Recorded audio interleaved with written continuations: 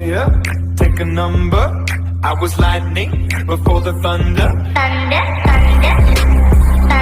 तो जैसे कि हम लोगों ने पिछले एपिसोड में देखा, वो लोग काफी दिनों बाद एक ट्रिप पे गए हुए थे जहाँ पे हमारे येल एंड ईवन और साथ ही साथ लूसी भी थी। लेकिन उसके बाद जो हमारा फ्यूली होता है वो सो जाता है एक खास तरह की टैबलेट लेके जो कि क्लियर ने दी होती है। उसके बाद उसे काफी सारे अच्छी मेमोरीज भी अपनी याद आती है जो कि ऑफ कोर्स बताने लायक नहीं है। और हमें ये भी दिखाया जाता है जो हमारी येल थी उसने हमारे फ्यूली में चाकू घोप दिया होता है। और अब आगे एपिसोड की स्टार्टिंग में हम लोगों को दिखाया जाता है येल को जो कि एक बेंच पे बैठी हुई होती है जो कि बिल्कुल एक नॉर्मल घर में तो होती नहीं है। उसने कोई तरह की यूनिफॉर्म पहन रखी होती है जो कि शायद पागल खाने की होती है। और उसके बाद वहाँ पे हमारा फ्यूली आता है जो कि बोलता है आखिर येल कैसी है। और उसके बाद वहाँ पे जो डॉक्टर होता है वो कहता है इसमें कोई भी फिजिकल तौर नहीं है पर वो फिर भी काफी भारी साइकोलॉजी से सफर कर रही है। और उसके बाद जो हमारा फ्यूली होता है वो कहता है तो आखिर हम उसकी मदद करने के लिए क्या कर सकते हैं। और उसके बाद वो जो डॉक्टर होता है वो कहता है ये ज्यादा बढ़िया होगा अगर तुम उसे किसी ट्रिप पे ले जाओ। और उसके बाद जो हमारा फ्यूली होता है वो हमारी येल के पास जाता है। और उसके बाद जो हमारा फ्यूली होता है वो मन ही मन कहता है ये सब शायद मेरी ही गलती है, उनको बिना सिस्टम के उसकी मदद करनी चाहिए।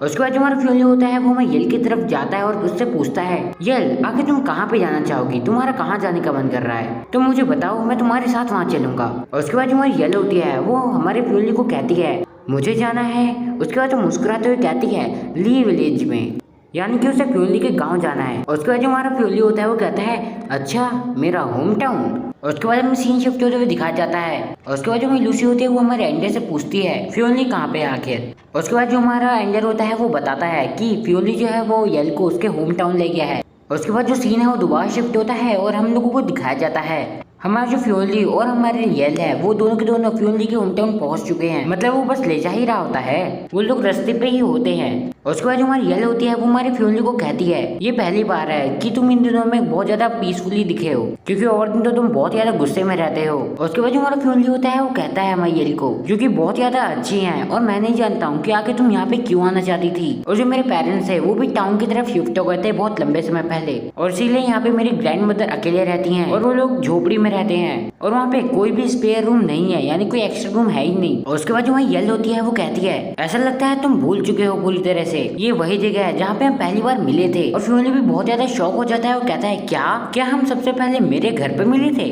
और उसके बाद जो येल होती है वो बताती है कि वो लोग 10 साल पहले मिले थे। और उसके बाद हमें पास्ट को दिखाया जाता है जहाँ पे हमारा फ्यूली जो कि बच्चा होता है वो येल भी बच्ची होती है और हमारा फ्यूली बच्ची वाली येल को बोलता है चिंता मत करो मैं तुम्हें प्रोटेक्ट करूंगा। और जो हमारी बड़ी वाली येल होती है वो कहानी सुनाते हुए बता रही होती है कि ये पहली बार था जब उसे ग्रैंडपा उसे माउंटेन्स में लेके आए थे, वो भी तुम्हारे ग्रैंडपा से मिलने के लिए। और तब बचपन में हमारा फ्यूली येल के साथ खेलता था, हम लोग खेलते रहते थे पहले और शायद तभी से हमारी जो येल है वो हमारे फ्यूली को पसंद करती थी शायद। और तभी हमें वहाँ पे दोनों के ग्रैंडपास को दिखाया जाता है जो कि बात कर रहे होते हैं साथ में, जहाँ पे हमारे जो येल की ग्रैंडपा होते हैं वो कहते हैं ये दोनों मेरे को बहुत ज्यादा पसंद है, क्यों ना हम इनकी शादी करा दी। और वहीं पे फ्यूली के ग्रैंडपा हंसते हुए कहते हैं फ्यूली बहुत ज्यादा किस्मत वाला होगा कि वो उससे शादी करेगा। उसके बाद हमें येल बताती है कि वो चुपचाप टाउन में गई थी तुमसे मिलने के लिए जब उसे ये पता चला था कि उसके जो ग्रैंडपा है वो तुमसे उसकी शादी कराना चाहते हैं। पर जब वो फ्यूली को ढूंढने के लिए गई तब उसे एक बंदा मिला जिससे उसने पूछा क्या कि फ्यूली का घर कहाँ है। तब उस बंदे ने बताया कि फ्यूली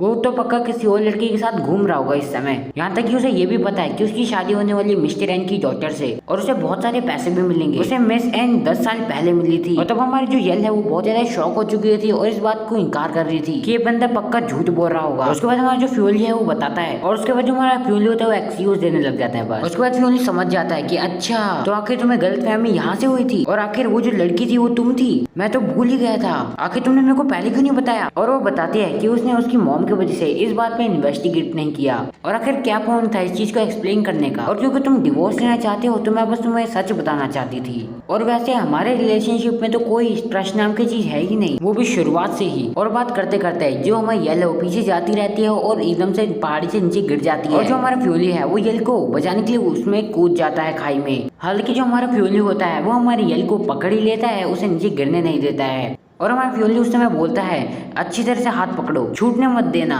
और उसके बाद जो यल होती है वो कहती है मेरे को छोड़ दो वरना तुम भी मेरे साथ गिर जाओगे। लेकिन बातों बातों में ही जो हमारा पत्थर होता है वो टूट जाता है और तब हमारा जो फ्योली होता है वो चिल्लाते हुए यल को कहता है मैंने तुम्हें कहा था मैं तुम्हें बचाऊंगा। और तब हमारा जो यल होती है वो कहती है हम दोनों का डिवोर्स होने वाला है पर क्या तुम अभी भी मेरे को बचाना चाहते हो? सब कुछ खत्म हो चुका है, मेरे को जाने दो। और उसके बाद जो हमारा फ्योली है वो चिल्लाते हुए कहता है मेरे को बहुत ज्यादा बुरा लगता है और मैं इसे बिल्कुल भी पसंद नहीं करता हूँ कि तुम पहले ही मान लेती हो कि क्या करना है क्या नहीं करना है। लेकिन जो पत्थर होता है वो तो टूटता नहीं है लेकिन जो फ्योली है वही खिसक जाता है वहाँ से। और जो हमारा फ्योली होता है और जो दोनों जो होते हैं ना फ्योली और यल वो नीचे गिर जाते हैं। उसके बाद जो हमारा कुछ सिस्टम टाइप चीज आती है जहाँ पे लिखा आता है अब सब कुछ ठीक है, यल एन की जो किस्मत है वो सही ट्रैक पे आ चुकी है और जो लाइफ सिस्टम है वो रिबूट होना शुरू हो चुका है। उसके बाद जो सीन है वो चेंज होता है और हम लोगों को दिखाया जाता है फ्योली की वो हट जहाँ पे उसकी ग्रैंडमा रहती है। और उसके बाद जो हमारी ग्रैंडमा होती है उनकी नजर जाती है उनके पोते की तरफ जहाँ पे हमारा जो फ्योली होता है वो यल को उठा के ला रहा होता है, पता नहीं बच भी कैसे गए। उसके बाद जो फ्योली ग्रैंडमा होती है वो फ्योली से पूछती है फ्योली आखिर तुम यहाँ पे क्या कर रहे हो? उसके बाद जो हमारा फ्योली है वो हमारे यल के बारे में बताता है कि वो कितनी चीजों से गुजर रही है। और उसके बाद जो ग्रैंडमा होती है वो हमारे यल को देखती है और हमारे फ्योली को भी देखती हैं। और उसके बाद जो ग्रैंडमा है वो बहुत ज्यादा गुस्से में आ जाते हैं और चप्पल लेके आती है हमारे फ्योली को मारने के लिए। और उसकी ग्रैंडमा कहती है आखिर इसे लगी कैसे? और फ्योली कहता है लगी तो मेरे को भी है ग्रैंडमा और मैं तो आपका पोता भी हूँ।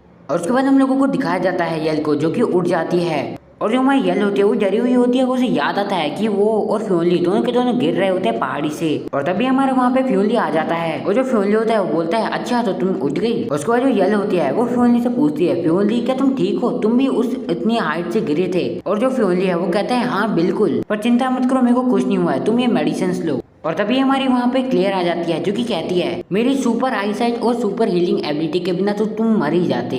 और फ्योली मन ही मन कहता है हाँ तुम्हारा शुक्रिया, तुम बहुत ज्यादा औसम हो। और तभी वहाँ पे हमारी फ्योली की ग्रैंडमा आ जाती हैं जो कि यल को बोलती है यल क्या तुम उठ गई? चलो ब्रेकफास्ट कर लो। फ्योली ने मेरे को बताया नहीं कि तुम भी आ रही हो। और तब हमारा फ्योली कहता है मैं आपको बताना तो चाहता था लेकिन बता नहीं पाया क्योंकि यहाँ पे सिग्नल्स नहीं है और यहाँ पे फोन काम नहीं करते। उसके बाद जो यल है वो हंसते हुए कहती है मैंने इसे बोला था यहाँ पे आने के लिए, इसे ब्लेम मत कीजिए। और वहीं पे हमारा जो फ्योली होता है वो मन ही मन सोच रहा होता है आज तो इसकी स्माइल जो है बहुत ज्यादा सुंदर लग रही है, ये पहले जैसी बिल्कुल भी नहीं लग रही है। और तभी वहाँ पे क्लियर आ जाती है जो कि हंसते हुए कहती है उसके लिए तुम्हारे अंदर फीलिंग्स है। उसके बाद हमारे को फिर से सीन शिफ्ट होता है दिखाया जाता है जहाँ पे हमें फ्योली की ग्रैंडमा को दिखाया जाता है जो कि बर्तन धो रही होती हैं और बोल रही होती हैं कि मिस्टर एन यहाँ पे पहले भी आए हैं और तुम ये कह रहे हो कि तुम यल को डिवोर्स दे रहे हो। उसके बाद हमें फ्योली को दिखाया जाता है जो कि बोलता है अब हमारे बीच में वो प्यार नहीं रह गया है तो आखिर मैं क्यों ना छोड़ूं और आखिर मेरे दिल में अब कोई और है। और वो मनी मन कहता है मैं एक से ज्यादा लड़कियों को पसंद करता हूँ, मैं एक ग्रैंडमा को बता सकता हूँ। लेकिन तभी जो ग्रैंडमा होती है बहुत ज्यादा नाराज हो जाती है और वो फ्योली को बोलती है